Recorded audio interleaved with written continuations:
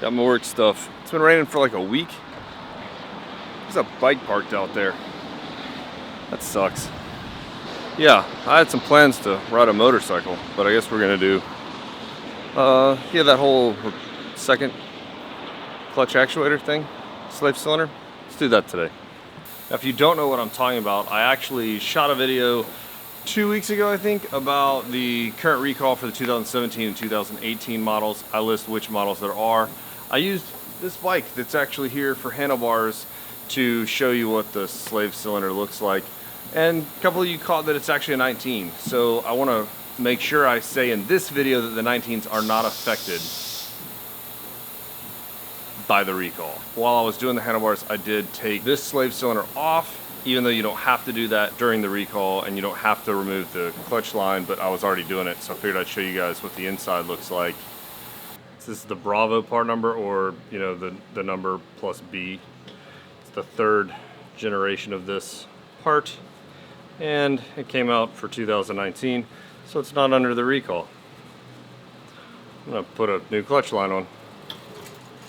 And also in that video, I cut out my own, me saying the word fat boy, but that's because it was early in the morning and I was actually saying fat bob, and the fat bobs are not affected for 17 and 18 because they don't have a hydraulic clutch.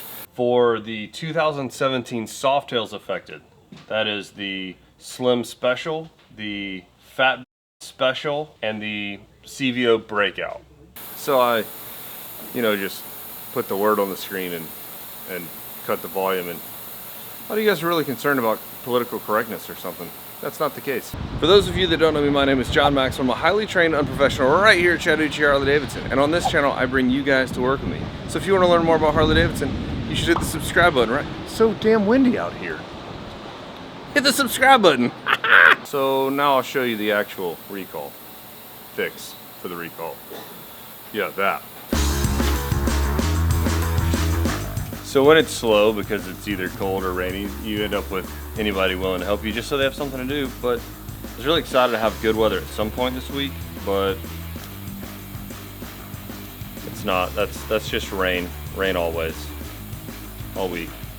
Till Friday when I go to Flim.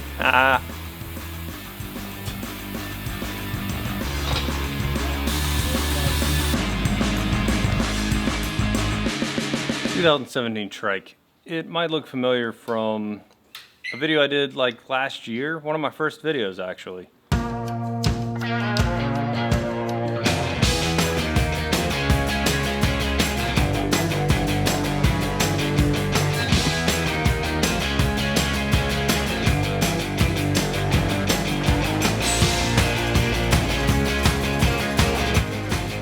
Yeah, it's the one for all you guys that have watched the channel for that long.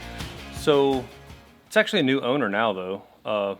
Lady drives it, and well, yeah, I'll just show you what's up. So as with most recalls, it's actually a recall kit. It's not a single part. This is the single part, a new piston assembly for the slave cylinder or secondary clutch actuator. Let's get a new O-ring that I'll get to in a second, latex gloves, and a lint-free cloth. Now I've already loosened the exhaust to remove the side cover that we talked about in the last video, and I've also already drained the system of any .4, which means now I can remove it. Wait one. I should add, particularly because this is a black exhaust, I'm gonna go ahead and cover up the heat shields and stuff because .4 does damage paint, and I don't really want to buy new exhaust heat shields. Not that .4 shouldn't come out right now, it'll just be transmission fluid, but whatever. I do what I want. I'm gonna cover up the transmission side door, the lint-free cloth. Mostly because the video that Harley Davidson sent us said to, because I just do what they say, and I do what I want. Peel this guy off.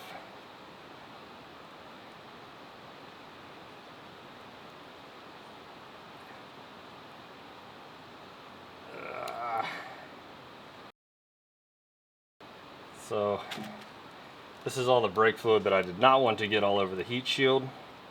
I do need to pour this out though. Hey, I need an adult. Hand me a some of those blue towels right there.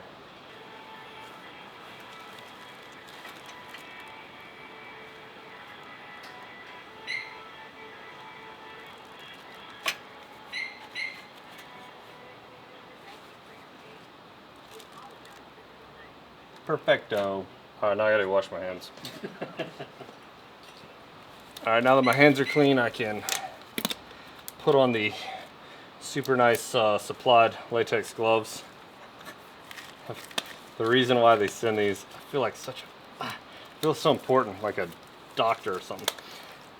The reason why they send these is because the holes, if you can see the one right in here, and the ones in the master cylinders, they're really, really tiny. So any dirt that could get into them is, well, that's bad. So the lint-free cloth that they send in the recall kit is going to be used to clean all of this surface area, make sure no dirt or anything is in there. I'm going to inspect it and make sure there's no scarring in this metal or anything, because that could cause a leak as well, and it could cause, well, it could cause a leak, which would be bad for paint and all that, but it would also be bad for functionability of the clutch. All right, all that's good and clean. I can very carefully open this and not touch the pre-lubed piston seal right there. Slide it in by pushing in the center, and then attach this rubber seal that will actually mate to the transmission side door. Make sure it's all good. Reassemble.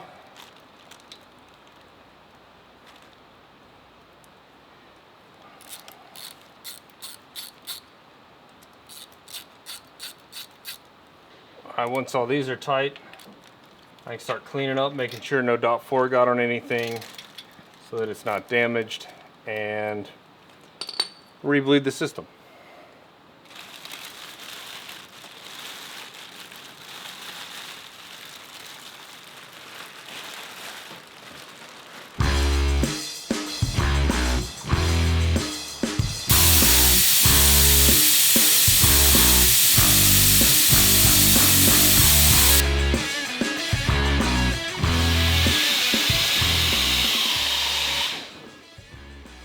So we picked up a little bit of business in the shop, I guess.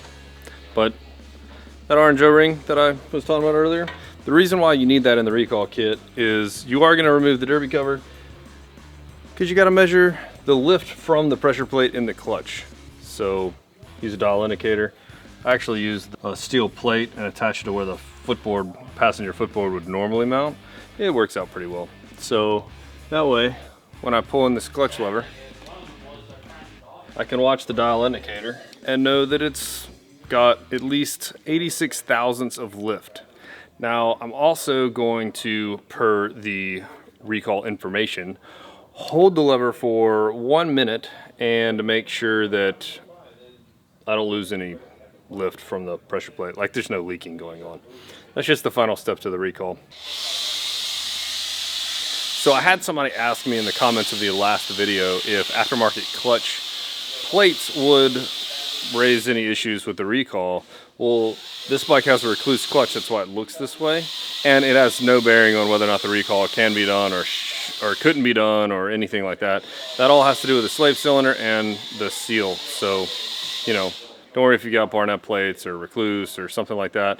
The issue is a known issue, that's why there's a recall on the other side of the bike. I know a lot of you guys also like to know what kind of tools I use. The dial indicator isn't anything special. It's standard dial indicator that I'll link down in the description below. In addition to that, I'll also link the bleeder that I use to bleed the hydraulic clutch line. It's a vacula, if you will. They really make bleeding brakes, hydraulic lines. I use it for anything that requires. They're nice to have if you have air. They do make manual ones too that you can pump up or whatever. Yeah, down there if you're interested in up in your tool game, they're in the description. All right, a few points that I do want to make about the recall. Since I posted the last video, I've gotten a lot of comments on the other video and emails and stuff like that, that apparently some people are experiencing a problem with their clutch.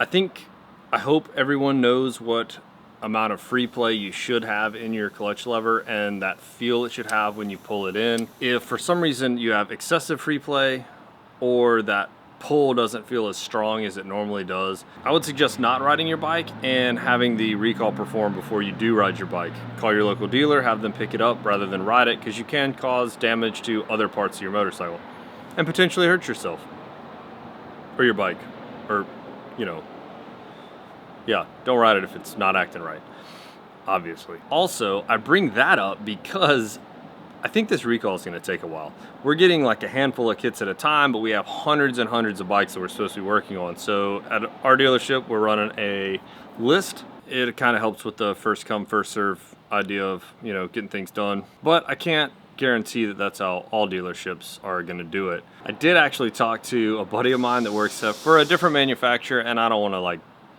talk crap about anybody else's stuff, but he told me that they have one current recall that they don't even expect a fix for it, parts to come in, for up to 12 months. So that kind of made me feel a little better about how our parts are just trickling in instead of, it would have been nice to have like a just mass amount of these to get all of the bikes done at once. But what do you do? I think that hits on most of the questions that I saw that were kind of common in the last video. If you have any more, make sure to throw them down below. I hadn't done a Q&A video in a while, so I guess I'm probably due for one of those. If you like this video, make sure to give it a big dirty thumbs up. If you want to see more content like this, make sure to hit the subscribe button, tap the bell notification so that you know when I upload. If you haven't quite got your fix from my videos, there's a video here and here you can check out. And otherwise, I'll catch you guys in the next one. So as with most recall, phone. All day with this shit. Please keep that video.